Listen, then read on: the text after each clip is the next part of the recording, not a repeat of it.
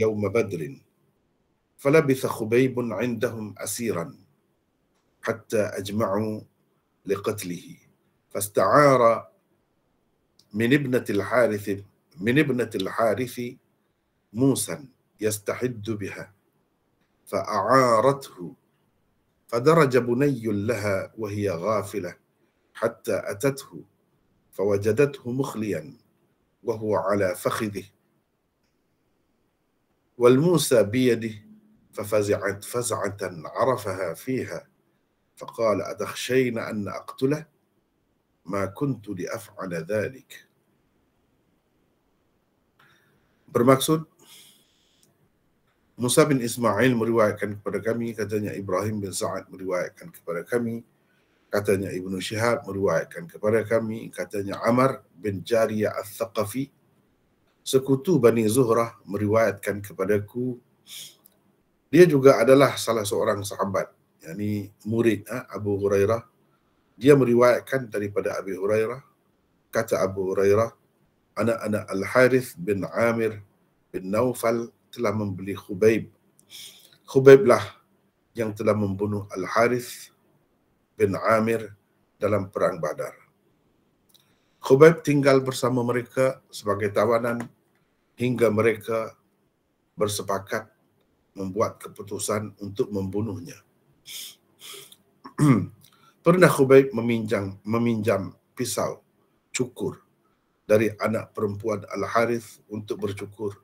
Perempuan itu meminjamkannya kepadanya.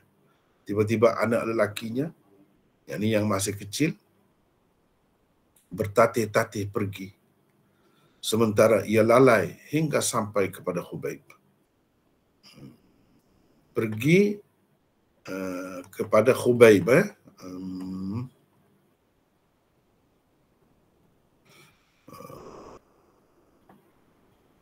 Sehingga sampai kepada Khubayb. Ia mendapati anaknya sendirian berada di atas pangkuan Khubayb. Sementara pisau cukur pula ada di tangannya. Maka terkejut besarlah ia. Khubayb mengetahui hal tersebut padanya. Lalu beliau berkata, apakah engkau takut aku membunuhnya? Aku tidak akan melakukannya. Itulah satu saja hadis di bawah bab ini. InsyaAllah kita akan bincangkan hadis ini sepenuhnya. Terlebih dahulu kita pergi kepada tajuk babnya. Ini tajuk babnya. Babul marid yu'khadhu min azfarihi wa 'anatihi. Bab orang sakit dipotong kuku. Maksudnya elok dipotong kuku dan bulu ari-arinya. Jadi di sini ada beberapa takdir yang kita patut lakukan. Misalnya dalam kurungan ni saya buat elok. Sebab kalau nak cerita dari segi hukumnya wajib kah? Ataupun haram kah? Ataupun harus kah? Atau macam mana? Yang dia nak ceritanya di sini elok. Maksudnya mustahab. Hukumnya mustahab. Jadi ini difahami daripada hadis yang dikemukakan di bawah bab ni, yang difaham oleh Abu Daud, yang difaham oleh pengarang Sunan Abi Daud ini, iaitu Imam Abu Daud. Jadi pada kira-kiranya kita seeloknya takdirlah di sini. Babul marid yustahabbu an yu'khadha min azfarihi wa 'anatihi. Gitu. Jadi kita takdirkan di sini yustahabbu. Yustahabbu. an an yu'khadha. Gitulah. Jadi kalau kita ada ni, barulah dapat maksud ni. Maksud yang saya buat dalam kurungan itu. Yustahabbu an yu'khadha.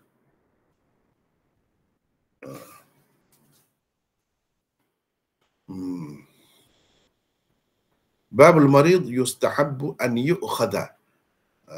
Kalau ada an itu yu'khadha lah. Kira-kiranya. Bab orang sakit elok dipotong kuku dan bulu ari-arinya.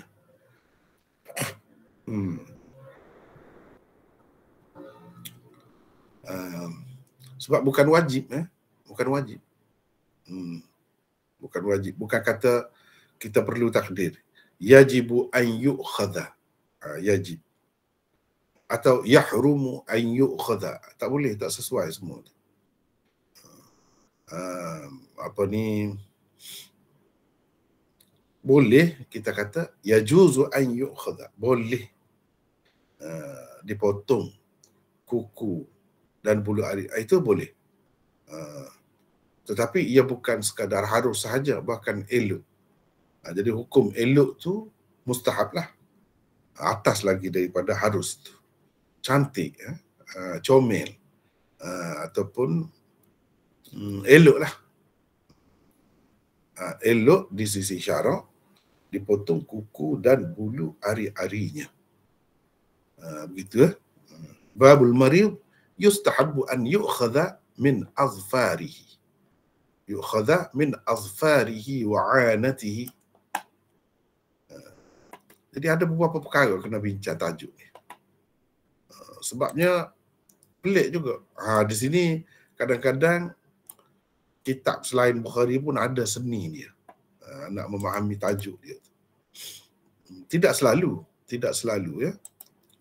Yang mesti kita jumpa, hampir kita mesti berjumpa kesenian itu, tajuk itu apabila kita baca Sahih Bukhari. Tapi kalau kitab-kitab lain ni tidaklah mesti, tidaklah selalu, tapi kadang-kadang kita bertemu.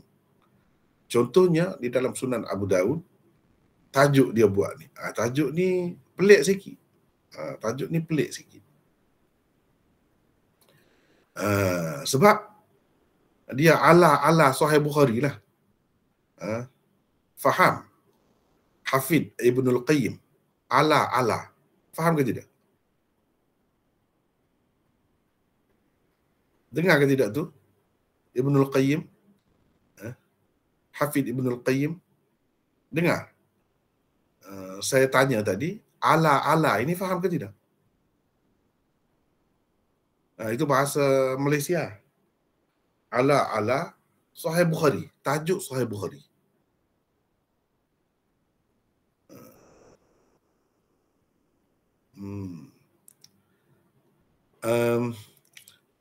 Sebab saya sebut tu, kita bercakap ni bahasa Malaysia lah. Ada sahabat-sahabat kita, peserta kita ni daripada Indonesia, saya bimbang takut dia tak faham. Kalau kita faham semua kan? Faham ke tidak, Ruslan? Bahasa mudahnya mirip lah. Dekat-dekat macam lah. Mirip. Macam mirip, dekat-dekat. Begitu. Macam Sahih Bukhari juga tajuk ni. Bukan semua. Kalau tajuk yang paling mudah, tajuk Imam Tirmizi. Kalau tajuk bab ni yang paling mudah ialah tajuk Imam Tirmizi. Itu pun kadang-kadang ada juga tempat-tempat yang kita perlu bincang panjang sedikit. Walaupun dia tu memang maksudnya nak mudah, tetapi kadang-kadang dia murid Imam Bukhari juga kan. Murid Imam Bukhari juga, dia ada, kadang-kadang ada juga. Tetapi yang paling senangnya Tirmizi lah. Imam Abu Daud pun senang juga. Tetapi kadang-kadang ada kesukaran sedikit. Kita kena renung sedikit. Cuba kita perhatikan di sini. Menarik perhatian tu. Cuba kita perhatikan di sini. Babul marid. Bab orang sakit. Jadi orang sakit ni biasanya kalau buat tajuk ni kan, dia mengambil kira hadis di bawah bab dia tu, di bawah tajuk tu. Kalau kita nak cerita tentang pesakit ke, sepatutnya di sini bab orang tawanan. Sebab dalam hadis di bawah ni orang tawanan ni. Khubaib tu jadi tawanan. Khubaib tu jadi tawanan. Dia bukan dia sakit, dia tidak sakit. Tak ada disebut dalam mana-mana riwayat ketika dia minta nak membersihkan tubuhnya itu, dia sakit. Tak ada sebut dalam mana-mana riwayat begitu. Jadi macam mana Imam Abu Daud tiba-tiba ni sebut cerita orang sakit? Sedangkan dalam hadis di bawah bab ni tak ada sebut pun sesiapa yang sakit. Yang nak potong kuku ataupun potong bulu ari-arinya dan sebagainya itu bukan orang sakit, tapi orang tawanan. Ia ditawan oleh orang kafir Quraisy lah di Mekah. Anak-anak Al-Harith yang dibunuh oleh dia dalam perang Badar, dibunuh oleh Khubaib. Jadi mereka tahu, keluarga mereka tahu. Jadi dia nak balas dendam lah bila Khubaib ini ditangkap. Mereka hendak bunuh lah. Itu ceritanya. Jadi Khubaib ni tidak sakit, dia tawanan. Kalau kita kata babul asir, yustahabbu an yu'khadha min azfarihi wa 'anatihi, senang. Mudah. Tepatlah kalau macam tu. Bab orang tawanan. Tapi di sini dia tidak letak al-asir, tapi al-marid. Kenapa? Memanglah kalau kita letak al-marid, kalau kita tengok kepada tajuk-tajuk bab yang sebelum ini dan selepas ini, sesuailah dengan yang dibuat oleh Imam Abu Daud tu. Ni cerita bab janaiz. Biasanya orang nak mati tu dia sakit dulu. Dan sakit tu panjanglah Imam Abu Daud buat bab macam-macam. Orang nak mati tu biasanya dia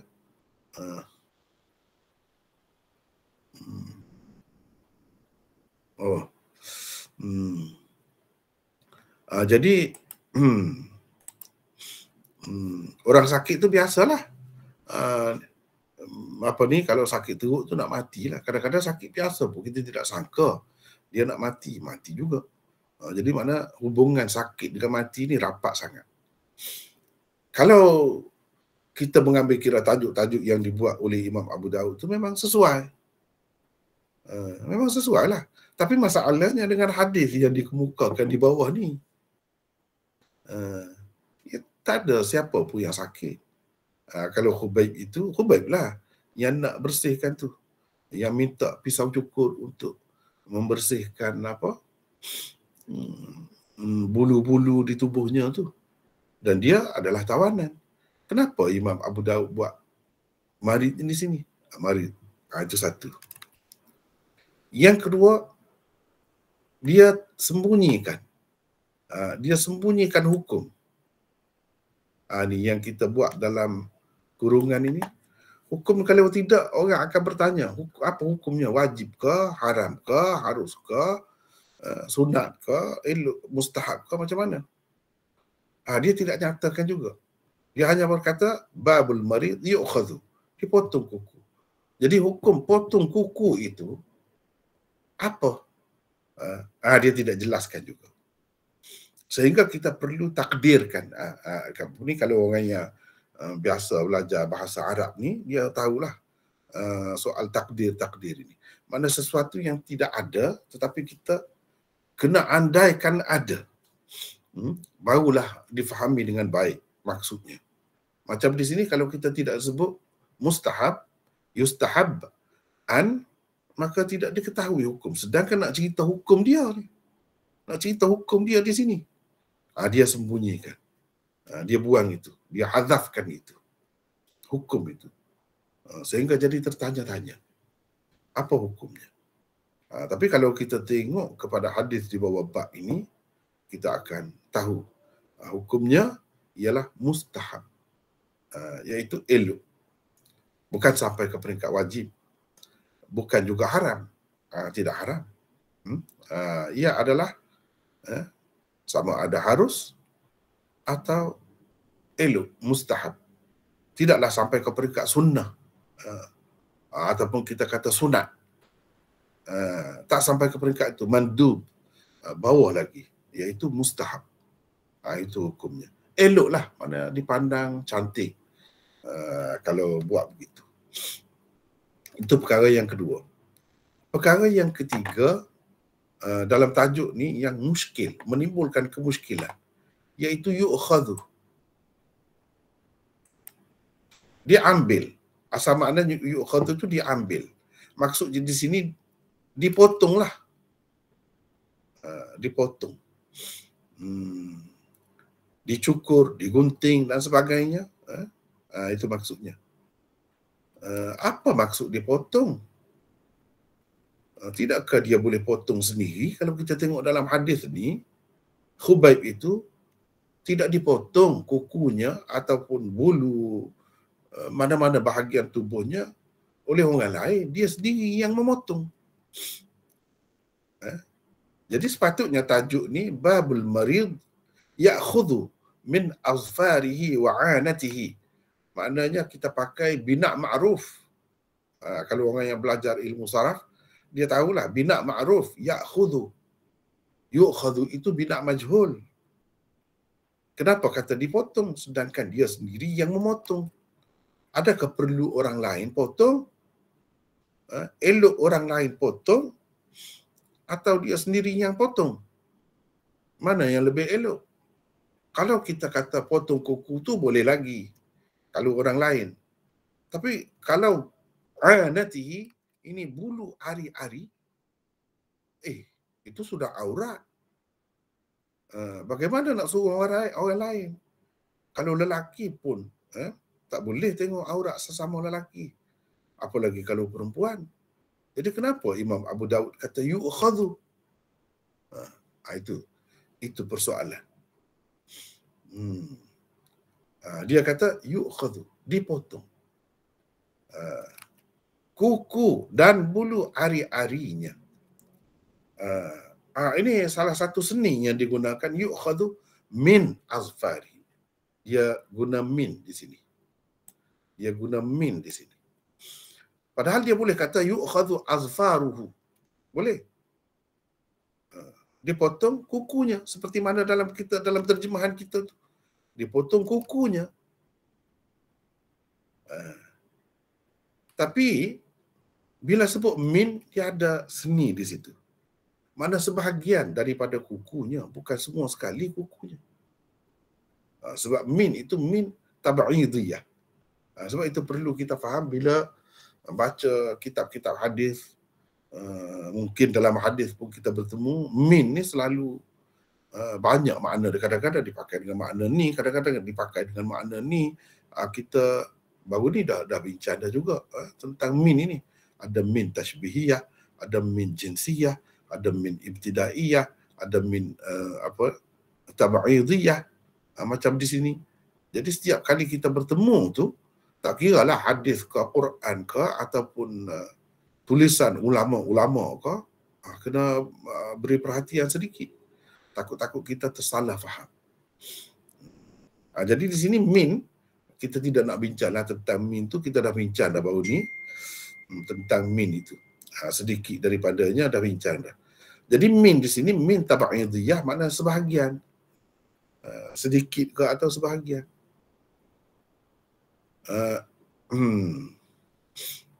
Sebahagian daripada kuku itu, bukan semua sekali potong. Kalau potong semua sekali sakit. Dan itu tidak dilakukan.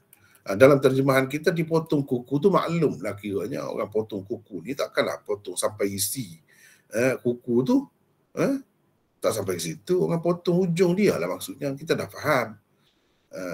Tak perlu kita kata dipotong sebahagian daripada kukunya.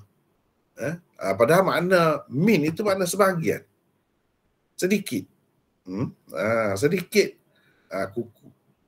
Dan ini kalau kita kata bulu ari-ari, kalau kita cukur, potong juga namanya. Tapi cukur lebih lagi, maknanya semua sekali. Dia ambil semua sekali. Kalau tidak nak ambil semua sekali, ambil sebahagiannya, sudah dapat ke tidak istihbab itu, mustahab itu, keelokan itu, sudah dapat ke tidak? Dapat, iaitu dengan cara gunting. Potong tu dengan digunting, bukan dicukur. Padahal bulu ari-ari atau bulu ketiak dan sebagainya, bulu ketiak, misai, macam-macam lagi, boleh dicukur. Kalau cukur bermakna semua sekali. Jadi apa maksud Imam Abu Daud gunakan min itu, makna tidak semesti dicukur semua sekali. Dipapas pun boleh, digunting pun boleh. Papas itu agak tidaklah cukur, tidaklah sampai ke peringkat cukur, tapi tidak licin betul lah, itu papas. Boleh, apa saja boleh, gunting pun boleh. Yang pentingnya tidak terlalu panjang lah, dia tidak terlalu panjang bulu-bulu tadi.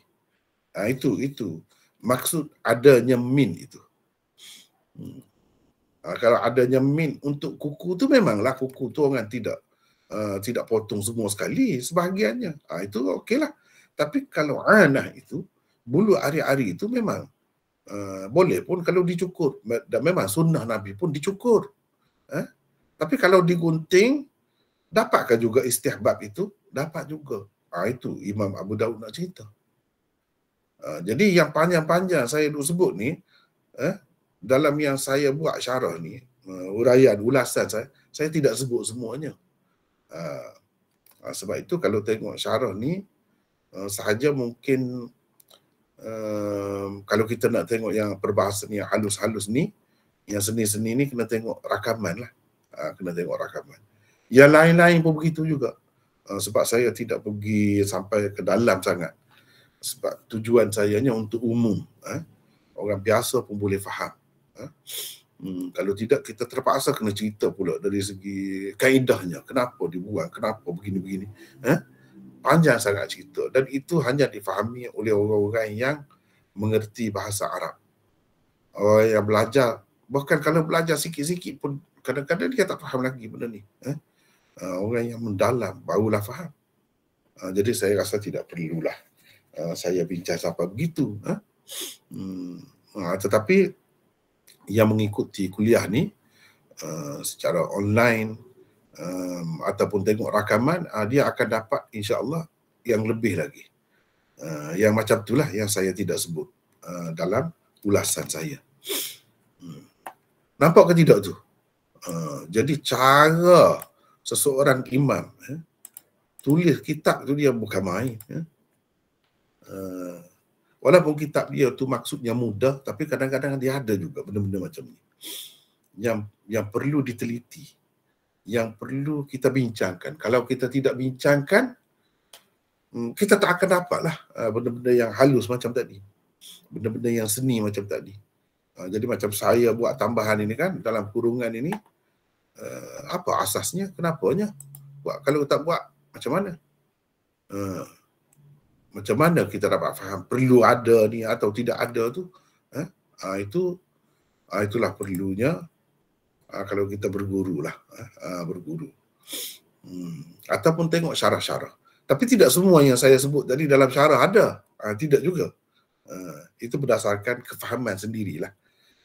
Kefahaman sendiri. Misalnya, kalau kita tengok syarah, sebagai contoh, ini syarah Badlul Majhud yang selalu ada di hadapan saya lah bila saya buat ulasan ini. Cuba tengok.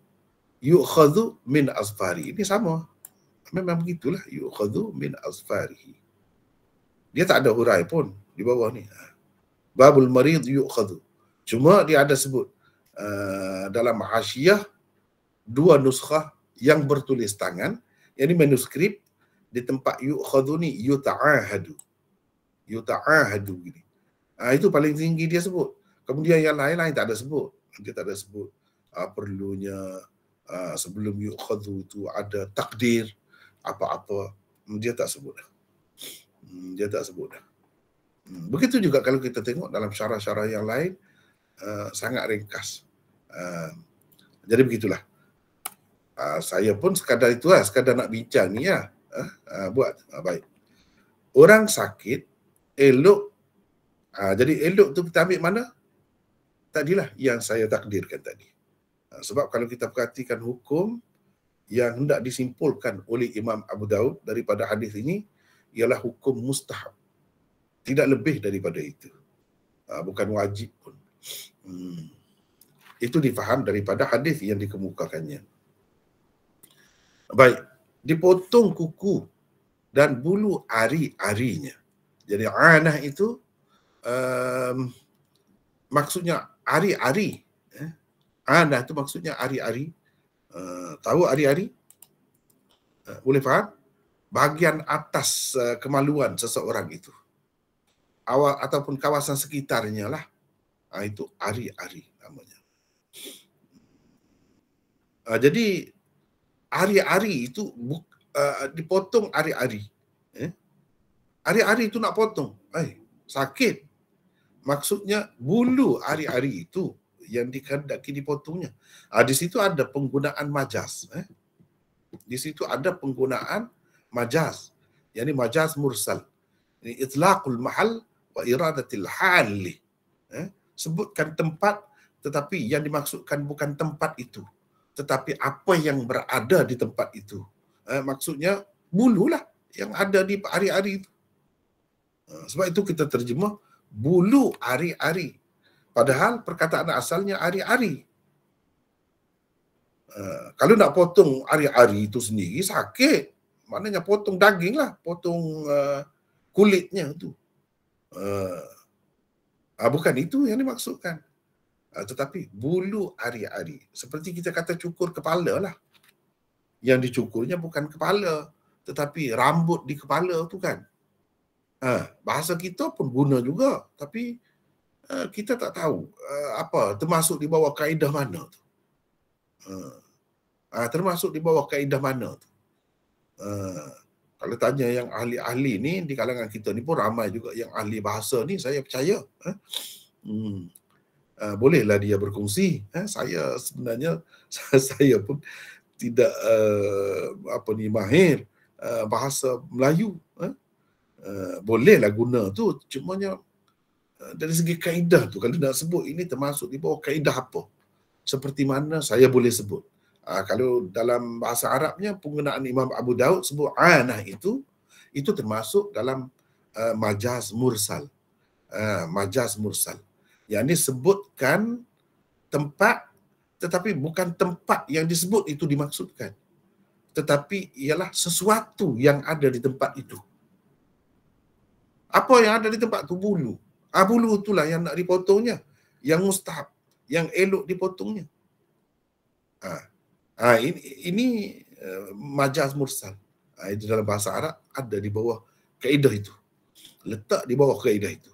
Sebutkan tempat tetapi yang dimaksudkan bukan tempat itu, tetapi yang ada di tempat itu. Macam kita dalam bahasa kita guna, selalu guna.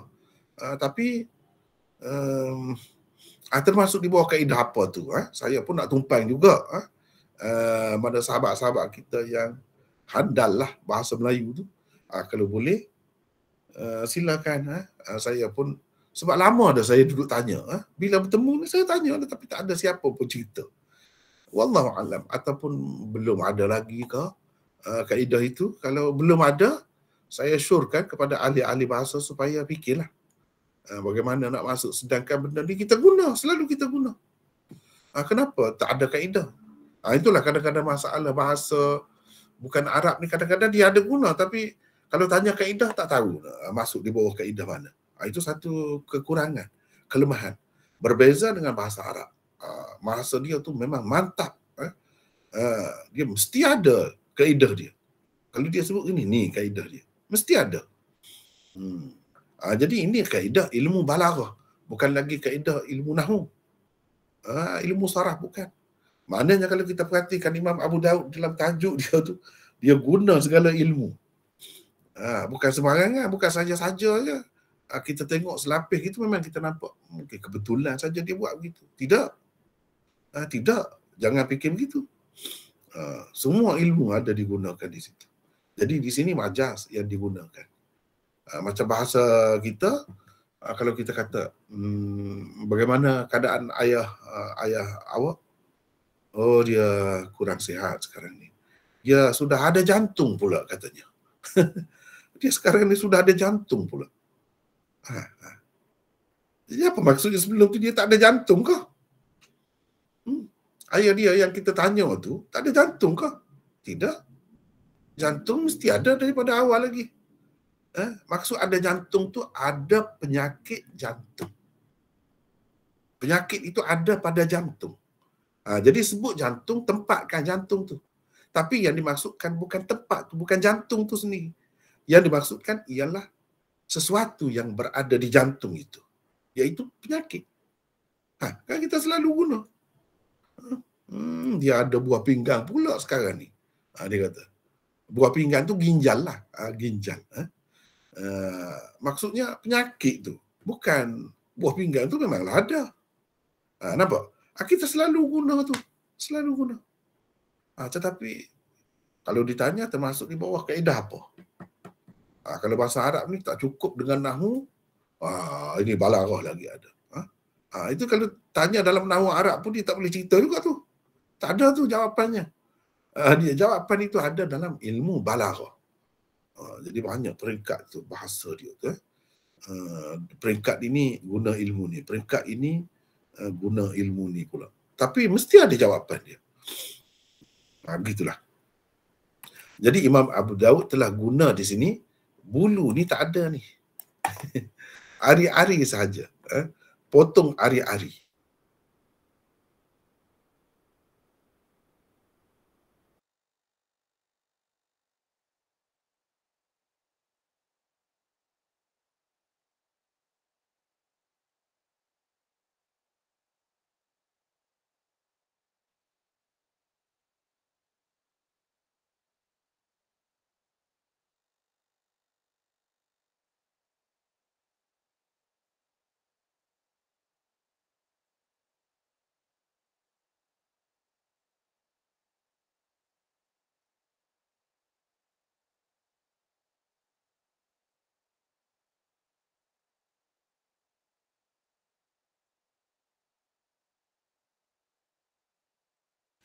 Maaf ya, tadi sekejap habis bateri.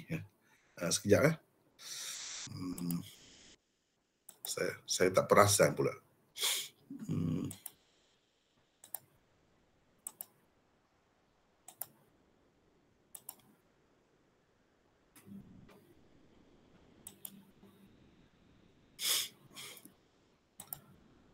Sekarang nampak kah? Nampak ni? Nota, nampak? Nampak. Okey. Nampak. Jadi semua perbincangan yang saya bincang tadi tak ada ni, saya tak tulis semua.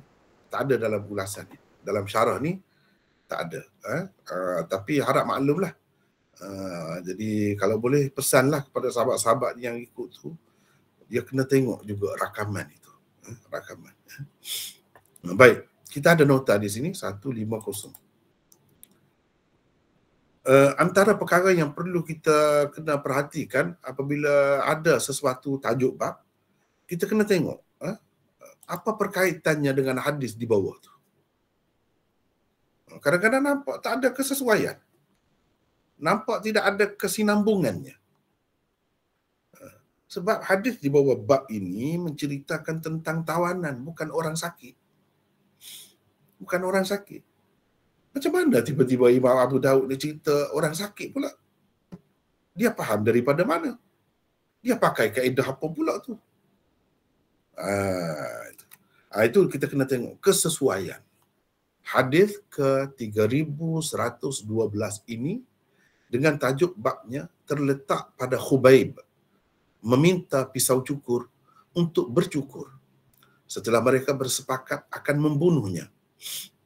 Keadaannya itu sama seperti orang sakit yang hampir mati atau berada dalam keadaan yang teruk.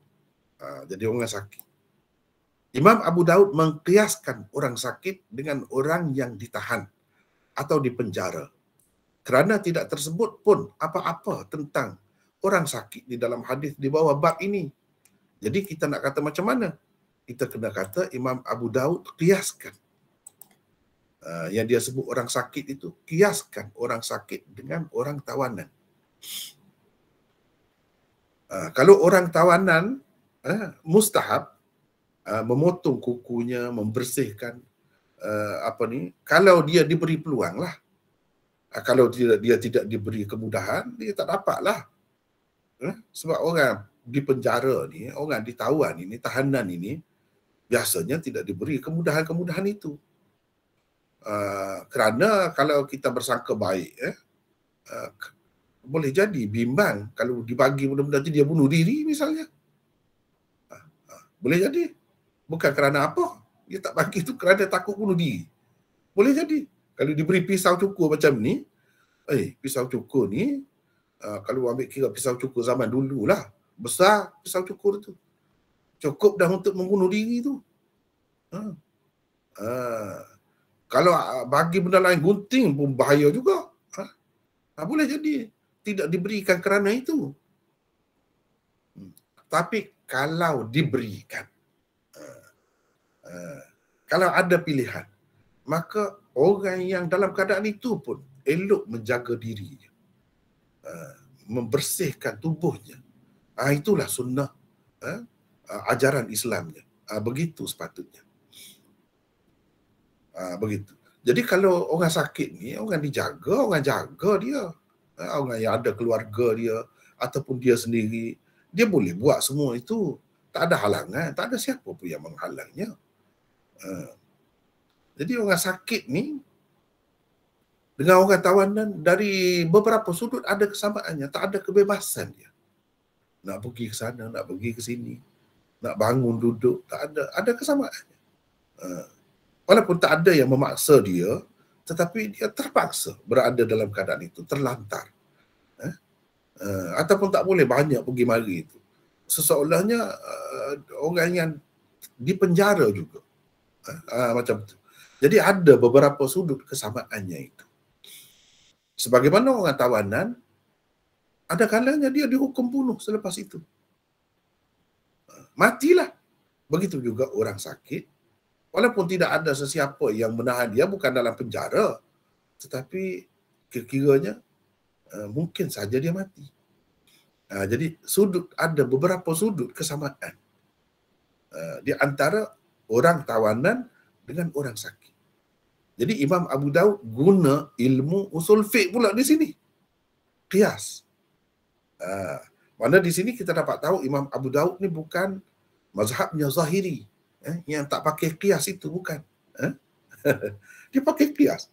Apa buktinya? Tengok tajuk dia. Tengok tajuk dia. Kalau Imam Bukhari memang jelaslah. Memang pakai qiyas. Memang pakai qiyas. Jadi ini menunjukkan Imam Abu Daud juga walaupun dia ni banyak zahirnya. Banyak sebab guru dia Imam Ahmad. Sehingga ramai orang yang kata dia ni bermazhab Imam Ahmad. Tapi Imam Ahmad pun pakai qiyas juga. Kalau kata Imam Ahmad. Tapi kalau nak kata Imam Abu Daud ni Imam Ahmad, tak tepat juga. Bagi saya, banyak tempat-tempat tajuk-tajuk dia bercanggah dengan pendapat Imam Ahmad. Dengan sebab itu, saya lebih bersetuju dengan pendapat ramai ulama-ulama, termasuklah pengarang kitab Tuhfatul Ahwazi, Syarah Tirmizi, Maulana Abdul Rahman Mubarak Puri. Dia mengatakan imam-imam, pengarang-pengarang Sunan Sittah ni adalah imam-imam mujtahid semuanya. Mereka tidak ikut mana-mana mazhab. Tidak. Mereka bukan muqallid. Termasuk Imam Abu Daud. Dan ini, kalau cakap-cakap tu semua boleh cakap kan. Berdasarkan bukti. Buktinya apa? Tajuk bab dia. Sebagaimana Imam Bukhari, kita boleh tahu pendapat dia, mazhab dia, pilihan dia dalam fiqh daripada tajuk bab dia. Begitu juga dengan pengarang-pengarang kitab-kitab hadis yang lain. Imam Abu Daud sebagai contohnya, sama juga. Jadi Imam Abu Daud, daripada situ kita dapat faham dia guna qiyas. Beliau mengkiaskan orang sakit dengan orang tawanan, iaitu Khubayb di dalam hadis di bawah bab ini. Jadi hadis di bawah bab ini jadi maqis alaihnya. Orang sakit itu maqis. Ini qiyas. Ini dipakai qiyas. Imam Abu Daud telah pakai qiyas di sini. Baik, perkataan yu'khadhu dengan sirah majhul itu mengisyaratkan kepada orang lain. Maksudnya dipotong. Bukan dia sendiri memotong. Ya'khudhu, kalau dia kata ya'khudhu, dia sendiri. Ini tidak kata ya'khudhu, yu'khadhu. Dipotong. Mengisyaratkan kepada orang lain yang memotong kuku atau bulu ari-ari pesakit. Bukan pesakit sendiri. Sebab kalau pesakit sendiri, dia seharusnya kata ya'khudhu babul marid ya'khudhu min azfarihi wa 'anatihi. Boleh saja Imam Abu Daud kata begitu, boleh. Tapi kenapa dia tak kata begitu? Dia kata yu'khadhu. Ini mengisyaratkan kepada orang lain yang memotong kuku atau bulu ari-ari pesakit. Bukan pesakit sendiri. Sedangkan hadis di bawah bab ini menunjukkan Khubayb sendiri yang melakukannya. Sebab dia tidak sakit. Dia boleh melakukannya. Dan kalau dia orang lain nak melakukan semua itu, mana boleh? Mana ada isteri dia di situ? Mana ada hamba sahaya dia ke? Tak ada. Jadi siapa yang orang lain yang boleh potong bulu ari-ari dia tu misalnya. Kalau potong kuku tu boleh lagi. Kalau potong bulu ari-ari ni tak dapat tidak dia sendiri, dan memang dia sendiri pun yang melakukannya. Dan sebagainya dipotong dan dibersihkan oleh orang lain. Baik. Maksud Imam Abu Daud ialah menyatakan keharusan kuku, bulu ari-ari dan sebagainya dipotong dan dibersihkan oleh orang lain. Itu maksud Imam Abu Daud. Dia nak ceritanya boleh. Dan sepatutnya dalam keadaan orang sakit itu jangan dibiarkan. Misalnya panjang, janggutnya panjang, bulu ketiaknya panjang. Setengah-setengah tu, kalau masyarakat kita ni kurang bulu dada ni. Kurang. Setengah-setengah masyarakat tu memang bulu dada dia lebat. Macam mana? Itu semua. Bulu ari-arinya tu pertamanya. Jadi dia nak ceritanya, orang sakit pun kena jaga benda tu. Itulah cara Islam, ajaran Islam, adab Islam. Bukan orang yang sihat sahaja. Kalau dia tidak dapat melakukan sendiri, orang lain elok melakukannya. Tetap mustahab juga.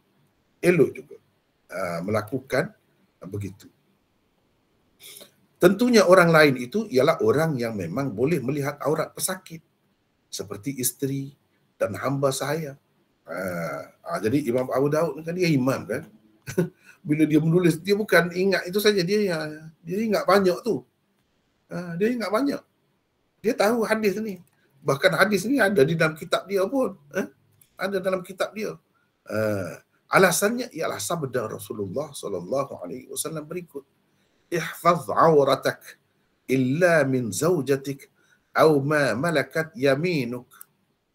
Bermaksud peliharalah auratmu kecuali dari itu maksudnya pandangan, sentuhan dan sebagainya. Isterimu atau hamba sahayamu. Itu tak perlu engkau jaga. Tak perlu engkau tutup. Kalau isterimu atau hamba sahayamu memang boleh. Memang boleh. Kalau dia lihat aurat pun. Apalagi dalam keadaan keperluan seperti ini.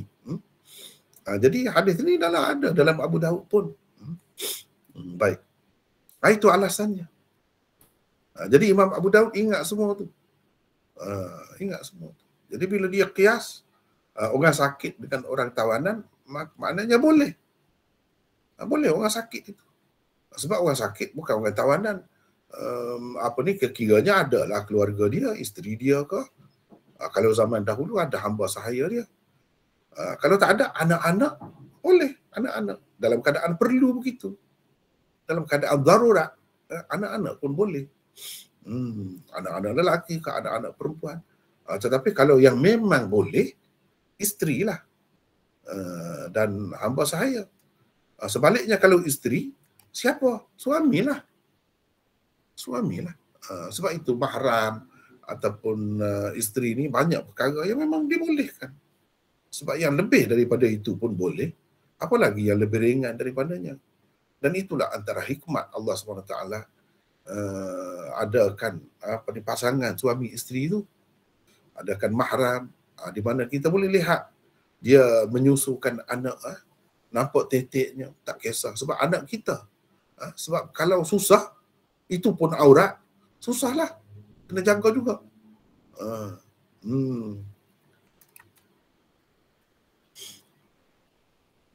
Itu maksudnya, ya. Baik. Pengarang Badlul Majhud menulis bahawa pada hasyiah 2 nuskhah Sunan Abi Dawud yang masih bertulis tangan, yakni manuskrip tertulis yuta'ahadu, maksudnya dijaga. Di tempat yu'khadhu itu, mana kalau kita kata tempat yu'khadhu tu, yuta'ahidu, dijaga. Perlu juga diambil hal, tempat itu pun. Walaupun orang sakit dia tak boleh buat sendiri, orang lain lah buat. Dan bila kita buat begitu, dapat pahala, ada pahalanya. Sebab itu suatu perkara yang mustahab. Mustahab ni mana bagi Imam Abu Daud bukan kepada orang yang sihat sahaja, tidak. Orang yang sakit juga. Orang yang sakit tak boleh buat sendiri, orang lain buat. Tetap dapat kelebihan itu, iaitu mustahab. Tetap elok juga.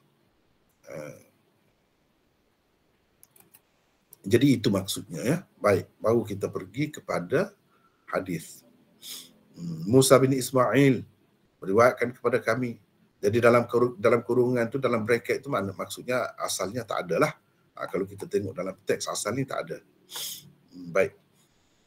Meriwayatkan kepada kami, katanya Ibrahim bin Sa'ad meriwayatkan kepada kami, katanya Ibnu Syihab meriwayatkan kepada kami, katanya Amar bin Jariyah Al-Thaqafi, sekutu Bani Zuhrah, meriwayatkan kepadaku. Dia juga adalah salah seorang murid Abu Hurairah. Dia meriwayatkan daripada Abu Hurairah. Kata Abu Hurairah. Jadi Ammar ni ambil daripada Abu Hurairah lah hadis ini. Siapa Ammar ini? 151. Sampai di sini saya nak orang lain lah baca. Pula. Siapa nak baca? Silakan. Siapa nak baca? Saya dah baca banyak dah. Orang lain pula baca, silakan. Siapa nak baca? Ni nota 151. Silakan. Siapa? Sila.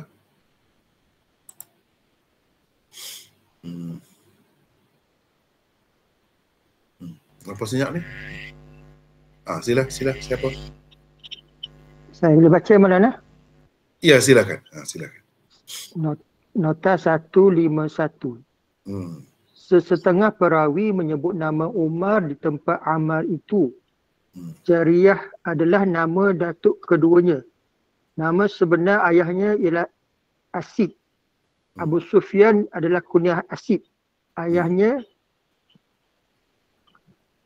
di mana? Ayahnya. Nuktah situ. Silsilah nasab Ammar selengkapnya ialah Ammar bin Asid bin Al-A'la bin Jariyah Al-Thaqafi. Ammar atau Umar itu perawi thiqah.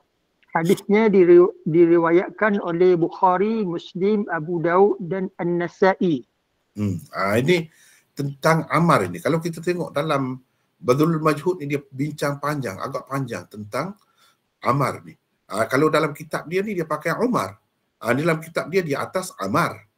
Tapi di bawah ni Umar. Ni di bawah ni Umar. Kemudian dia bincang. Bincang agak panjang. Agak panjang dalam kitab ni. Dalam kitab Rijal bagaimanapun Ammar itu yang dikatakan lebih sahih. Sebab itu saya pun pakai yang itu. Ini perbincangan dia agak panjang, agak detail tentang Ammar atau Umar itu. Baiklah, kita tidak nak bincang panjang sangat di situ. Yang pentingnya Ammar ke atau Umar ke, itu perawi thiqah. Perawi thiqah. Jadi dalam bahasa Arab ni Ammar bin Jariyah. Selepas bin tu tidak semestinya ayah terus. Kadang-kadang datuk kedua. Itu perlu kita tahu. Itu dah jadi budaya dia lah. Macam tu. Kita tak boleh kata apalah. Al-Thaqafi sekutu Bani Zuhrah. Ya. Tentang Ammar. Baik. Kita pergi kepada hadis. Jadi hadis ni kita dah baca tadi. Dah baca tadi, tengok tempat yang ada nota saja dulu. 152. Pernah Khubayb meminjam pisau cukur dari anak perempuan Al-Harith. Al-Harith tu dibunuh oleh Khubayb lah. Jadi adik-beradik dia yang beli Khubayb tu daripada orang-orang yang kafir Quraisy yang menangkap dia tu dalam peperangan lain pula kemudian. Jadi kita ada nota 152. Baca terus apa ni tadi, Ruslan, teruskan lagi. 152. Namanya ialah Zainab binti Al-Harith. Hafiz Ibn Hajar di dalam Al-Isabah menyenaraikan Zainab binti Al-Harith sebagai salah seorang sahabiat. Lihat namanya pada nombor 11224. Okey. Seterusnya, untuk bercukur, perempuan itu meminjamkannya kepadanya. Jadi dia pun bagi pisau cukur itu kepada Khubayb. Tiba-tiba anak lelakinya yang masih kecil. Siapa anak lelakinya? Teruskan lagi baca. Anak lelaki yang masih kecil ini kemudiannya dikenali sebagai Abi Hussein.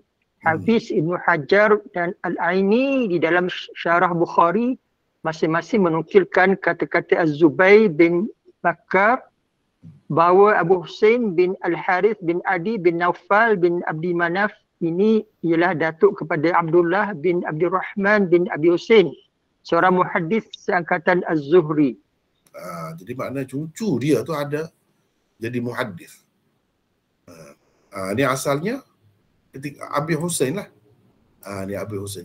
Cucu dia tu muhaddis seangkatan dengan Zuhri. Jadi budak tu kemudiannya besar, kahwin apa semua. Itu ceritanya. Ni. Bertatih-tatih pergi sementara ia lalai. Ketika perempuan itu, Zainab tadi, lalai. Pergi sampai kepada Khubayb. Ia mendapati anaknya sendirian. Seorang diri, duduk di atas pangkuan Khubayb. Pisau ada di tangannya. Terkejutlah dia. Terkejutlah. Khubayb pun perasan dia ni terkejut, dia bimbang. Takut jadikan anak dia tu sebagai tebusan pula atau apa, bunuh ke macam mana ke, boleh berlaku semua tu. Lalu Khubayb pun berkata, apakah engkau takut aku membunuhnya? Aku tidak akan melakukannya, kata dia. Ini 154. Di sini, baik. Hadis yang dikemukakan oleh Abu Daud ini agak ringkas. Ia dikemukakan dengan sanad yang sama oleh Bukhari dengan lengkap seperti berikut. Ini kalau kita perhatikan, sanad Bukhari ini betul-betul sama dengan sanad Abu Daud. Cuba kita perhatikan. Ni Musa bin Ismail. Kan Abu Daud ambil daripada Musa bin Ismail. Maknanya Imam Abu Daud dengan Imam Bukhari ini berkongsi guru. Sezaman. Tetapi tidak diketahui pula Imam Abu Daud ini sempat bertemu dengan Imam Bukhari. Tapi gurunya sama. Contohnya ini. Guru Imam Bukhari pun sama. Apa ni? Kalau kita tengok di sini, Musa bin Ismail. Guru Imam Abu Daud pun Musa bin Ismail juga. Cuba kita tengok ni. Musa bin Ismail At-Tabudhki. Sama. Musa bin Ismail ambil daripada Ibrahim bin Sa'ad. Dalam riwayat Bukhari ini, dia pun ambil daripada Ibrahim juga. Cuma dia tidak sebut Ibrahim bin apa. Baik. Ini ada di dalam Sahih Bukhari. Imam Bukhari meriwayatkannya dengan lengkap. Maknanya, yang meriwayatkan secara ringkas itu bukan Musa bin Ismail, bukan Ibrahim, tapi Imam Abu Dawud. Sebab Imam Bukhari ambil daripada Musa bin Ismail, ni panjang ni, hadisnya panjang. Panjang ni.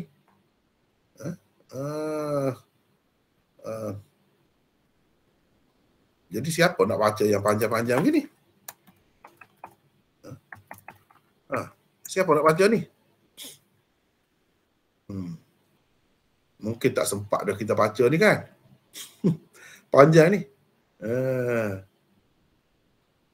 Tapi kalau baca menarik juga kan. Ni cuba tengok ni. Akhbarani Umar bin Asid bin Jariyah. Di sini Umar. Dalam riwayat Bukhari ni Umar. Tadi kan sebut Ammar. Sebab tu kata memang ulama memang ada khilaf tentang nama Umar ni. Umar ke Ammar? Umar bin Ammar bin Jariyah tadi disebut. Di sini disebut ayahnya betul. Umar bin Asid bin Jariyah. Bin Al-Ala baru bin Jariyah. Itu yang sebenarnya. Kita nak tahu benda-benda ni kena tengok di dalam kitab-kitab rijal. Kena tengok dalam kitab-kitab rijal. Jadi ceritanya begini. Jadi oleh kerana kita nak ringkas kalau nak tengok lafaz dia, tengok ni lah lafaz dia je. Kita nak ringkas, kita ambil terjemahan teruslah. Siapa nak baca terjemahan? Silakan. Supaya kita tahu apa ceritanya. Sebab Imam Abu Daud tu dia ambil sekadar yang dimaksudkan olehnya sahaja. Yang berkait dengan tajuk dia tu sahaja. Silakan, siapa nak baca pula di sini? Orang lain pula? Silakan. Siapa nak baca pula? Siapa ni? Abdul Rahman. Abdul Rahman daripada mana ni? Kajang. Oh, daripada Kajang ya. Silakan.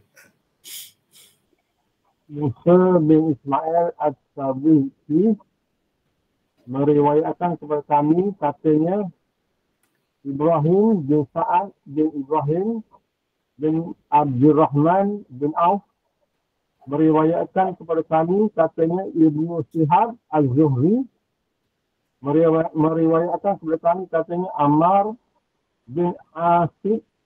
Asid gitu.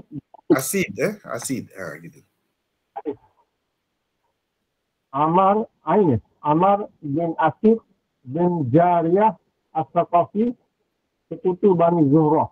Dia Ammar bin Asid juga merupakan salah seorang. Kalau di sini bukan Ammar, kalau di sini ni Umar bin Asid. Jadi kita kena baiki ni sini. Macam mana jadi Ammar? Ni Umar. Ni kan? Umar bin Asid. Baikilah. Sebab ini riwayat Bukhari. Umar bin Asid. Umar bin Jariyah As-Saqafi. Sekutu Bani Zuhrah. Dia Umar bin Asid juga merupakan salah seorang murid Abi Hurairah. Meriwayat kepadaku daripada Abi Hurairah, kata beliau, Abu Hurairah radhiyallahu anhu, Rasulullah SAW telah mengutuskan 10 orang pengintip. Ashim bin Sabit Al-Ansari, iaitu datuk kepada Ashim bin Umar bin Al-Khattab, dilantik baginda Rasulullah SAW sebagai ketua mereka. Ketika mereka berada di Hadah yang terletak di utara Usfan dan Mekah, kehadiran mereka disebutkan kepada salah satu kabilah Huzail yang terkenal dengan Banu Lihyan. Kabilah ini keluar bersama-sama hampir 100 orang pemanah untuk memburu mereka. Kesan-kesan perjalanan mereka dijejaki. Akhirnya biji-biji tamar yang telah dimakan mereka di suatu persinggahan ditemui. Kata mereka, ini biji tamar Yathrib. Mereka terus dijejaki. Apabila Ashim dan rakan-rakannya perasan bahawa mereka sedang dijejaki, teruslah mereka berlindung di suatu tempat yang agak tinggi. Tetapi mereka berjaya juga dikepung. Pasukan Banu Lihyan itu berkata kepada mereka, turun dan berserah, dirilah kamu. Kami berjanji tidak akan membunuh sesiapa pun daripada kamu. Berkata Ashim bin Sabit, kawan-kawan, adapun aku, maka aku tidak akan turun atas jaminan orang kafir. Kemudian beliau berkata, ya Allah, ceritakanlah perihal kami kepada Nabi-Mu. Setelah itu, Banu Lihyan memanah mereka sehingga Ashim terbunuh syahid. kerananya bersama 6 yang lain. 3 orang daripada mereka akhirnya turun dengan janji dan jaminan Banu Lihyan. Mereka ialah Khubayb, Zaid bin Ad-Dasinah. Dasinah. Sahabat Dasinah. Ya. Dan seorang lagi sahabat namanya ialah Abdullah bin Tariq. Banu Lihyan terus membuka tali busur mereka. Baik saja 3 seorang sahabat, 3 orang sahabat itu ditangkap. Lalu mereka diberkah. Ketika itu berkatalah sahabat yang ketiga Abdullah bin Tariq. Tadi ini adalah penipuan mereka yang pertama. Demi Allah, aku tidak mahu bersama mereka. Aku tidak mahu bersama kamu. Cukuplah kepadaku mereka sebagai tauladan. Kata perawi, maksud beliau dengan kata mereka itu adalah sahabat-sahabat yang telah terbunuh. Lalu mereka menyeret dan membasahnya. Tetapi ia tetap enggan pergi. Khubayb dan Zaid bin Ad-Dasinah dibawa pergi dan dijual di Mekah selepas peristiwa Badar. Banu Al-Harith bin Amir bin Nawfal membeli Khubayb. Khubayblah yang telah membunuh Al-Harith bin Amir pada hari Badar. Lama juga Khubayb berada di kalangan mereka sebagai tawanan sebelum mereka bersepakat untuk membunuhnya. Setelah itu Khubayb meminta salah seorang anak perempuan Al-Harith namanya Zainab meminjamkan kepadanya pisau tikur untuk bercukur. Maka diberikanlah kepadanya pisau tikur. Tiba-tiba tanpa disedari, seorang anaknya yang masih kecil bertatih-tatih pergi kepada Khubayb. Didapatinya Khubayb meletakkan anak kecil itu di atas pahanya. Pisau cukur pula ada di tangannya. Kata anak perempuan Al-Harith, aku sekejap besar. Membuatkan Khubayb terperasan. Dia lantas bertanya, kamu takut aku membunuhnya? Aku tidak akan membuat begitu. Katanya lagi, demi Allah tidak pernah aku lihat seorang tawanan yang lebih baik daripada Khubayb. Demi Allah, pada suatu hari aku dapati dia sedang memakan segugus buah anggur di tangannya. Padahal dia diberkah dengan besi. Di Mekah pula tiada buah. Dia anak perempuan Al-Harith selalu berkata, itu sebenarnya adalah rezeki yang Allah kurniakan kepada Khubayb. Setelah mereka membawa Khubayb keluar dari tanah haram untuk membunuhnya di tanah halal. Khubayb berkata kepada mereka, biarkan daku bersembahyang 2 rakaat. Mereka membiarkannya bersembahyang 2 rakaat. Kata Khubayb setelah selesai bersembahyang, demi Allah, jikalau tidak kerana kamu akan menyangka aku takut mati, saya aku bersembahyang lagi. Kemudian beliau berkata, ya Allah, pilihlah mereka semua sekali. Bunuh mereka satu-satu secara berasingan dan jangan tinggalkan seorang pun dari mereka. Kemudian mulalah beliau bersajak bersair. Tak kisah aku, bila dibunuh sebagai Muslim, ke sebelah manakah sebelah tubuhku? Kerana Allah. Itu semua berlaku demi zat Tuhan. Jika dihendakinya, diberkatinya. Siap betul anggotaku yang dipotong. Kemudian Abu Sarwah. Uqbah bin Al-Harith pergi kepadanya. Lalu membunuhnya. Khubayblah orang yang memulakan sunnah sembahyang untuk setiap Muslim yang ditahan untuk menerima hukuman bunuh. Sebelum dilaksanakan hukuman bunuh. Baginda SAW menceritakan kepada para sahabat kisah mereka pada hari mereka diserang lagi. Apabila orang-orang kafir Quraisy mendapat berita Hashim terbunuh, mereka menghantar orang-orang tertentu untuk mencari mayatnya dan membawakan mana-mana bahagian anggotanya yang dapat dicam mereka. Ini kerana Hashim telah membunuh seorang pembesar mereka. Tetapi Allah menghantarkan sekutuan tebuan atau lebah untuk melindungi mayat Hashim daripada orang-orang yang pergi mencarinya. Maka tidak dapatlah mereka memotong apa-apa anggotanya. Kata Ka'ab bin Malik, orang yang menyebut nama Murarah bin Al-Rabi' Al-Amri, dan Hilal bin Umayyah al-Waqifi sebagai dua orang sahabat yang soleh. Mereka berdua ada sahabat yang telah diikut dan telah ikut serta dalam peperangan Badar. Kedudukan Cukup. Itulah yang ada di dalam Sahih Bukhari. Dan saya telah syarah dah bahagian ini, hadis ini di dalam Sahih Bukhari. Kalau nak tengok panjang lah.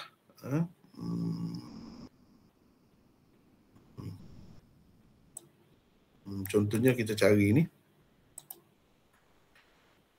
Dalam Sahih Bukhari saya telah buat banyak dah kesimpulannya. Di sini oleh kerana ringkas kita tidak buatlah kesimpulan hadis itu dengan begitu panjang. Tetapi di dalam, nanti saya tengok di sini ke tadi saya tengok.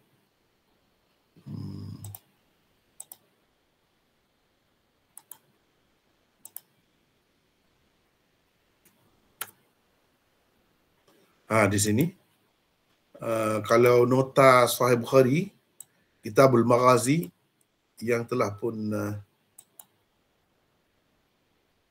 ni. Cuba tengok ni. Hadis nombor 3987. Musa bin Ismail At-Tabuzki meriwayatkan kepada kami. Katanya Ibrahim bin Sa'ad bin Ibrahim bin Abdurrahman bin Auf. Yang ni anak cucu Abdurrahman bin Auf, sahabat Nabi yang terkenal. Baik. Kalau kita tengok di sini, saya telah buat panjang. Sebab hadisnya panjang kan, kita dapat buat kesimpulan banyak lah daripada hadis tu.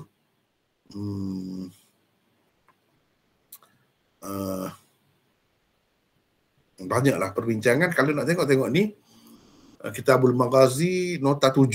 Nota 7. Ni syair dia ni.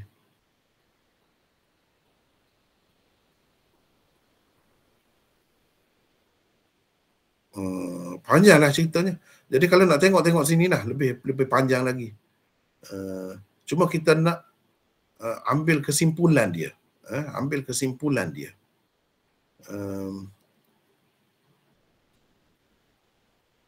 Ataupun pengajaran daripada hadis ini. Ini antara pengajaran, panduan dan pedoman yang dapat kita ambil. Ini kita boleh tengok di sini ya. Tapi terlebih dahulu kita nak baca biar habislah yang ni dulu. Lepas tu baru kita tengok yang tu. Sebab itu yang lengkapnya. Itu yang lengkapnya. Baik, kita tengok di sini.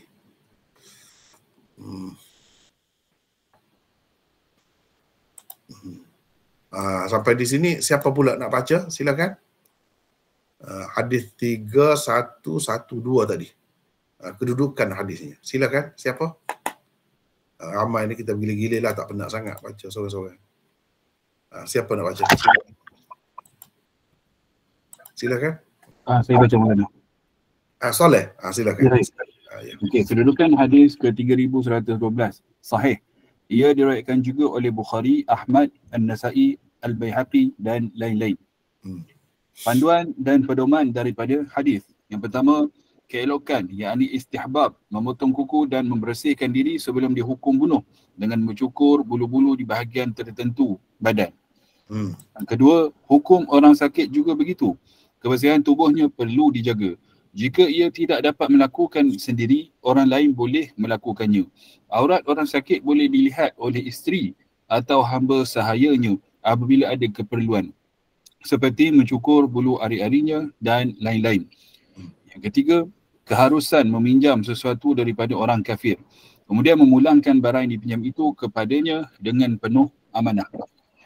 Yang keempat, memelihara diri daripada bertindak ganas terhadap anak-anak orang kafir dan tidak membunuh mereka dengan harapan mereka akan memeluk agama Islam di suatu hari nanti adalah suatu pekerti yang mulia. Yang kelima, naluri membalas dendam di dalam jiwa manusia dapat dilihat dengan jelas sekali pada tindakan orang-orang kafir Quraisy yang membeli Khubayb untuk membunuhnya. Yang keenam, berkat Khubayb dibunuh, ramai sekali orang-orang kafir Quraisy kemudiannya memeluk agama Islam, termasuk pembunuh-pembunuhnya sendiri. Termasuklah Zainab itu adik-beradik pembunuh itulah. Zainab yang dia pinjam pisau cukur tadi tu, adik-beradik kepada pembunuh tu Abu Sarwa'ah tu, Uqbah tu, kemudian semuanya masuk Islam. Dan mereka lah yang cerita ni semua ni. Setelah mereka masuk Islam, mereka cerita. Cuma oleh kerana hadis yang dikemukakan oleh Abu Daud ini ringkas, jadi setakat itulah yang berkaitan dengan yang dikemukakannya itu dapat kita simpulkan sebagai pengajaran ataupun panduan. Tapi kalau kita tengok riwayat Bukhari ini yang lengkap tadi, yang kita dah baca juga, kita dah nukilkan juga tadi, banyak sekali panduan dan pedoman yang dapat kita ambil daripada hadis ini. Jadi boleh Saleh baca lagi yang di sini ni. Cuba kita tengok di sini. Boleh, supaya dapat ambil manfaat daripada keseluruhan hadis yang kita telah petik juga daripada Sahih Bukhari tadi. Boleh Saleh? Boleh. Okey. Antara pengajaran panduan dan pedoman dan hukum yang terdapat di dalam hadis ini ialah yang pertama, termasuk dalam cara Nabi SAW memerintah dan bernegara ialah mengadakan satu jabatan atau pasukan yang bertugas sebagai pengintip pergerakan pihak musuh. Cuma dalam hadis ni kan dia ada kesilapan. Kesilapan itu perlu kita belajarlah. Dia ada kesilapan. Kesilapannya dia makan itu biji tamar itu dapat dikesan. Kenapa mereka tak timbus terlebih dahulu atau macam mana, itu tak tahulah. Tapi pihak musuh tu dapat mengesan mereka daripada biji itu. Ini satu perkara yang perlu diberi perhatian lah oleh orang-orang yang terlibat, terutamanya pihak pengintip itu. Dia kena jaga benda-benda begitu supaya mereka tidak dapat dijejaki. Teruskan Saleh. Yang kedua, keharusan menyerah diri untuk ditawan pihak musuh dalam keadaan sudah terkepung, nyawa terancam dan tiada jalan lagi buat meloluskan diri. Inilah yang dilakukan oleh Khubayb, Zaid bin Ad-Dathinah dan Abdullah bin Tariq. Antara yang berpendapat sebegini dari kalangan imam-imam mujtahidin dan tokoh-tokoh ummah ialah Al-Muhallab, Al-Hasan Al-Basri dan Sufyan Al-Thawri. Yang ketiga, keharusan tidak menyerah diri kepada pihak musuh, yakni orang-orang kafir, walaupun sudah terkepung, nyawa terancam dan tiada jalan lagi untuk melepaskan diri. Inilah yang dilakukan oleh Asim dan beberapa orang sahabat yang lain. Antara yang berpendapat begini dari kalangan imam-imam mujtahidin ialah Al-Auza'i. Yang keempat, keelokan, yakni istihbab membersihkan diri sebelum dihukum bunuh dengan mencukur bulu-bulu di bahagian tertentu badan. Yang kelima, keharusan meminjam sesuatu daripada orang kafir, kemudian memulangkan barang yang dipinjam itu kepadanya dengan penuh amanah. Yang keenam, jadi masalah hukum pinjam-meminjam dengan orang kafir ni memang boleh. Walaupun kafir harbi pun. Tengok benda lah. Tengok benda. Dan perlu dibagi balik, dipulangkan dengan penuh amanah. Teruskan. Yang keenam, memelihara diri daripada bertindak ganas terhadap anak-anak orang kafir dan tidak membunuh mereka dengan harapan mereka akan memeluk agama Islam di suatu hari nanti adalah suatu pekerti yang mulia. Jadi beberapa ni saya ambil daripada sini tadi kan. Ini ada di sini. Okey. Teruskan. Yang ketujuh, keharusan bersyair atau bermadah demi menyatakan akidah, kepercayaan dan pegangan hidup walaupun ketika hampir dihukum bunuh. Yang ke-8, adanya sunnah bersembahyang sekurang-kurangnya 2 rakaat sebelum menjalani hukuman bunuh. Yang ke-9, adanya apa yang dinamakan keramat para awliya Allah, yakni kekasih Allah. Teruskan. Ada lagi. Khubayb adalah antara sahabat yang pernah ternyata keramat dalam kehidupannya. Beliau dikurniai Allah gugusan buah anggur dalam keadaan tangan dan kakinya diberkas dan dibelenggu dengan besi. Dan di Mekah pula pada ketika itu tiada buah-buahan. Yang ke-10, doa Asim dan Khubayb yang meminta agar Allah memberitahu kepada Rasulullah SAW tentang perihal mereka diterima Allah Ini kerana baginda sallallahu alaihi wasallam telah memberitahu kepada para sahabat di Madinah sebelum ada sesiapa pun yang datang membawa berita kepada mereka. Yang ke-11, doa-doa para kekasih Allah tidak semestinya diterima Allah betul-betul seperti yang dipinta mereka. Malah Allah Subhanahu Wa Taala kadang-kadang tidak memenuhi permintaan mereka kerana hikmah-hikmat dan rahsia-rahsia tertentu yang hanya diketahuinya. Yang ke-12, keharusan meninggalkan atau mengurangkan sesuatu amalan sunat kerana takut ia menimbulkan sangkaan yang bukan-bukan di dalam hati orang yang melihat. Yang ke-13, naluri membalas dendam di dalam jiwa manusia dapat dilihat dengan jelas sekali pada tindakan orang-orang kafir Quraisy yang membeli Khubayb untuk membunuhnya dan menghantar sekumpulan orang untuk mencari mayat Asim atau mana-mana bahagian anggotanya yang dapat dicam mereka. Tujuannya tidak lain melainkan untuk meluahkan perasaan dendam yang telah tersemat di hati. Yang ke-14, Allah bagaimanapun telah melindungi mayat Asim daripada diserakahi nafsu liar orang-orang kafir Quraisy dengan menghantarkan sekumpulan tebuan atau lebah yang menghalang mereka daripada mendekatinya. Kemudian melenyapkannya dari pandangan mereka sehingga tidak dapat dicari lagi. Ke-15, berkat Khubayb dibunuh, ramai sekali orang-orang kafir Quraisy kemudiannya memeluk agama Islam, termasuk pembunuh-pembunuhnya sendiri. Ni akhir ni pun saya ambil juga untuk diletakkan dalam pengajaran hadis di dalam Sunan Abi Daud. Tapi saya ambil ni sekadar yang ada kaitan dengan hadis yang ringkas lah yang dikemukakan oleh Abu Daud itu. Kalau untuk dapat kesimpulan yang lebih banyak semestinya daripada hadis yang lebih lengkap lah, hadis Imam Bukhari ini. Jadi Imam Bukhari dan Imam Abu Daud menerima hadis ini daripada guru yang sama dan sanadnya betul-betul sama. Jadi maknanya ringkasan yang terdapat di dalam Sunan Abi Daud ini dibuat oleh Imam Abu Daud, bukan oleh perawi-perawi di atasnya, tidak. Sebab Imam Bukhari meriwayatkan daripada Musa bin Ismail dengan begitu panjang, lengkap lah. Tapi Imam Bukhari pun ada juga buat begitu, dia ambil bahagian-bahagian yang ringkas. Ada juga dia buat begitu. Cuma Imam Bukhari kalau dia ringkas pun di tidak setiap tempat. Ada di tempat-tempat tertentu dia akan kemukakan dengan lengkap. Baik. Setelah itu kita pergi pula kepada yang terakhir ni, bahagian terakhir ni, komentar Imam Abu Daud. Komentar Imam Abu Daud. Iaitu Abu Daud kata apa? Sekejap ya.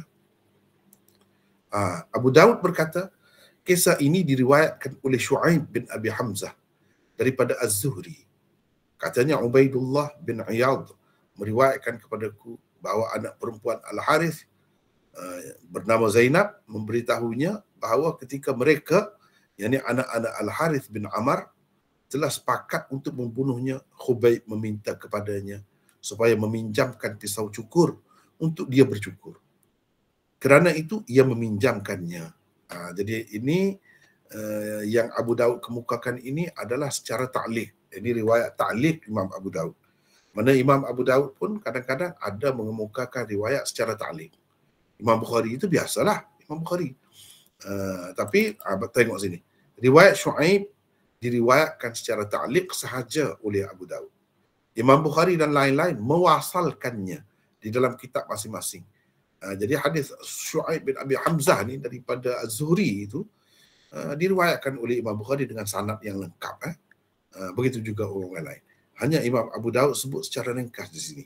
Jadi tidak semestinya riwayat ta'liq yang dikemukakan itu riwayat yang tidak sahih. Tak mesti. Dia ada banyak sebabnya. Mungkin untuk ringkas, sebagaimana Imam Bukhari kadang-kadang hadis itu memang sahih pun, hadis dia pun di tempat lain ada pun dia sebut dengan lengkap. Tapi untuk ringkas, di tempat-tempat tertentu dia tidak kemukakan sanad. Itu biasa berlaku begitu ya. Katanya ni Shu'aib bin Abi Hamzah daripada Az-Zuhri, katanya Ubaidullah bin Iyad. Jadi maksud Imam Abu Daud di sini ialah nak menceritakan hadis ini ada saluran riwayat lainnya. Bukan satu saja saluran riwayatnya. Ada lagi melalui saluran yang lain. Jadi ini Zuhri ambil daripada Ubaidullah bin Iyad pula. Siapa Ubaidullah bin Iyad ini? Ubaidullah bin Iyad bin Amr bin Abdul Qari Al-Hijazi. Ubaidullah meriwayatkan hadis daripada Zainab binti Al-Harith. Zainab ini kemudiannya masuk Islam. Aisyah, Abu Sa'id Al-Khudri lah, Jabir dan ayahnya sendiri Iyad. Itu dia. Az-Zuhri, Umar bin Atha dan Amr bin Dinar adalah antara orang yang meriwayatkan hadis daripadanya. Al-Ijli, Ibn Ibban dan lain-lain mengatakan beliau thiqah. Malik mengatakan beliau seorang tabi'i thiqah. Jadi itu kedudukan perawi dalam riwayat ta'liq Imam Abu Dawud ini. Bahawa anak perempuan Al-Harith memberitahunya, dan seterusnya sampai ke akhir. Kita ada nota yang terakhir 157. Di sini kalau boleh sesiapalah baca, silakan. Ni yang terakhir. Siapa nak baca lagi? Silakan. Saya baca Maulana. Siapa ni? Ramli. Ramli daripada mana Ramli? Daripada Port Dickson. Silakan Ramli. Silakan. 157. Tiada khilaf di kalangan ulama tentang istihbabnya, eloknya orang yang sudah pasti akan dibunuh dan sudah pun diketahui bila ia akan dibunuh membersihkan dirinya dengan memotong kuku, membersihkan bulu-bulu yang telah panjang di mana-mana bahagian tubuhnya kerana hadis ini. Demikian juga halnya dengan orang sakit. Kebersihannya juga elok sekali dijaga. Jika ia tidak dapat melakukannya sendiri, orang lain juga boleh melakukannya. Bahagian auratnya boleh dilihat oleh orang-orang tertentu ketika melakukan pembersihan tubuhnya. Para ulama bagaimanapun berbeza pendapat tentang orang yang telah mati, adakah elok, mustahab juga kuku dan bulu-bulu di tubuhnya yang agak panjang dipotong. Para ulama Malikiyah dan Hanafiyah melarangnya. Imam Malik bahkan berpendapat ia adalah suatu perkara bid'ah. Lihat Al-Mudawwanatul Kubra, jilid 1, muka surat 256. Tidak perlu lagi kuku dan bulu-bulu di mana-mana bahagian tubuhnya dipotong. Alasan mereka ialah tiada perintah daripada Nabi SAW supaya memotongnya. Para ulama Syafi'iyah dan Hanabilah pula berpendapat ia harus. Sesetengah mereka bahkan berpendapat ia mustahab. Lihat Al-Abbad, Syarah Sunan Abi Daud, jilid 2, muka surat 1966. Jadi kitab ni dia buat besar sedikit ya, saya tunjuk ni.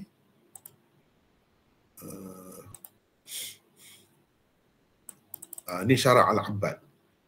Jadi di 3 jilid lah, tapi satu-satu jilid tu sampai 1000 muka surat. Dalam kitab ni lah ada disebut ni tentang perkara tadi.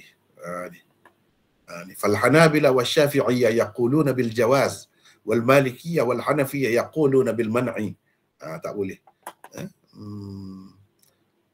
Jadi ada khilaf lah dalam masalah. Kalau orang mati kalau telah mati dah, kalau sakit itu memang macam tadilah. Paling tidak mereka mengatakan harus. Kebanyakan yang mengatakan mustahab, elok orang sakit itu. Walaupun dia tidak boleh buat sendiri, penjaganya elok menjaga benda-benda tadilah. Sehingga kan nak bersih bahagian aurat dia pun orang-orang tertentunya boleh melakukannya. Kalau kita kata nurse dan sebagainya, itu dalam keadaan darurat boleh, dalam keadaan darurat. Kalau tidak darurat, tak boleh lah. Begitulah. Kalau dalam keadaan tidak darurat, kalau ada pilihan, ada orang yang boleh melakukannya, seeloknya diberi peluang lah kepada mereka. Di hospital ke di mana ke, isterinya ada ataupun sesiapa ada, sepatutnya diberi mereka lah, diberi peluang. Kecuali kalau ada apa-apa sebab yang menghalang mereka daripada pergi, itu cerita lain. Itulah darurat lah. Dalam keadaan itu darurat lah. Misalnya semasa COVID, kau tak boleh, semua tak boleh pergi. Itu betul-betul darurat, boleh lah. Kalau tidak darurat, sepatutnya Jangan boleh terus. Sepatutnya kena bagi peluang. Itulah peluangnya untuk keluarga berkhidmat, untuk pesakit, untuk orang-orang yang rapat dengan dia. Jangan kira lepas tangan saja. Biar nurse, biar misi dan sebagainya. Tak sepatutnya begitu. Itu hubungan mesra di antara suami isteri, sepatutnya ada, diberi peluang begitu. Jadi penjaga hospital apa semua tu kena ambil kira benda ni, hukum ni. Begitulah. Kalau yang sudah mati, begini hukum. Jadi ada khilaf. Bahkan Imam Malik mengatakan itu suatu bid'ah. Suatu bid'ah. Jadi rasanya malam ini hanya sekadar itu sahajalah perbincangan kita. Wallahu a'lam. Wa akhiru da'wana alhamdulillahi rabbil alamin. Atau ada kemuskilan kah? Kalau ada, boleh satu dua yang ringkas-ringkas. Masa kita pun lewat dah. Waalaikumsalam warahmatullahi. Abdul Rahman, ya silakan. Tanya pendapat Ibnu Sirin. Apa? Ibnu Sirin. Ibnu Sirin. Ibnu Sirin, ya.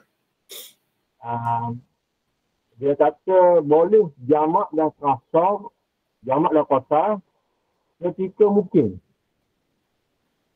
Ketika mungkin.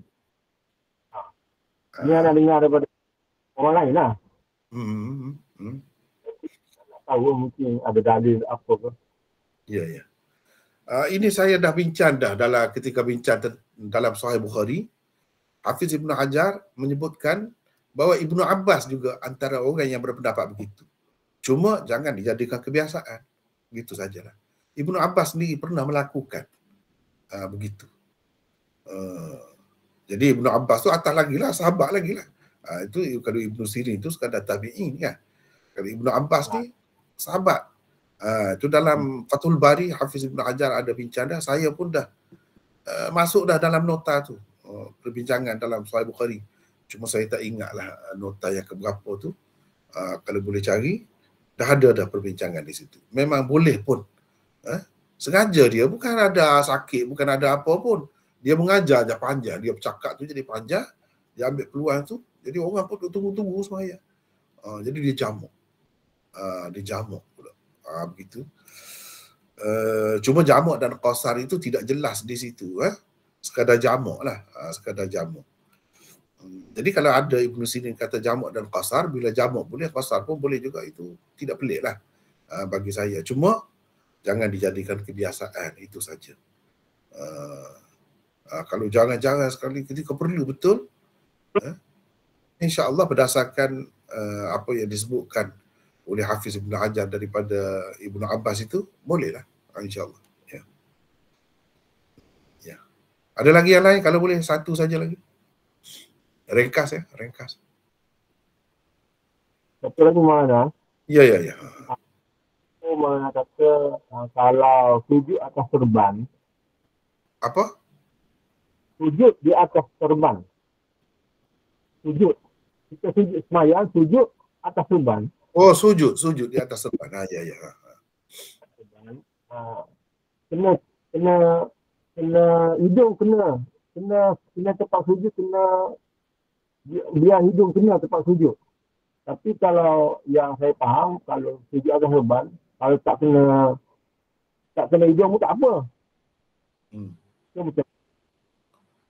Saya tak begitu dengar tadi. Maksudnya serban tu kah? Ni macam ni. Tudung dahi ni.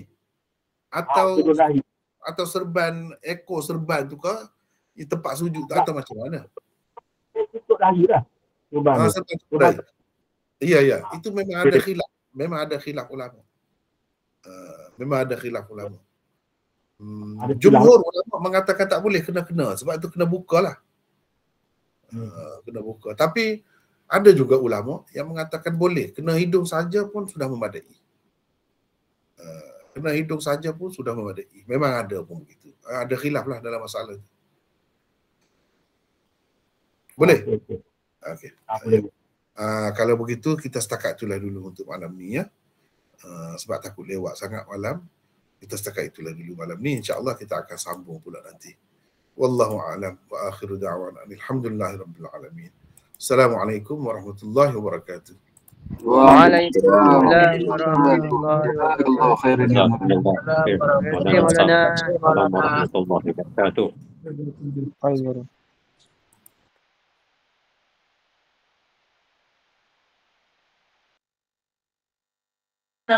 Maulana.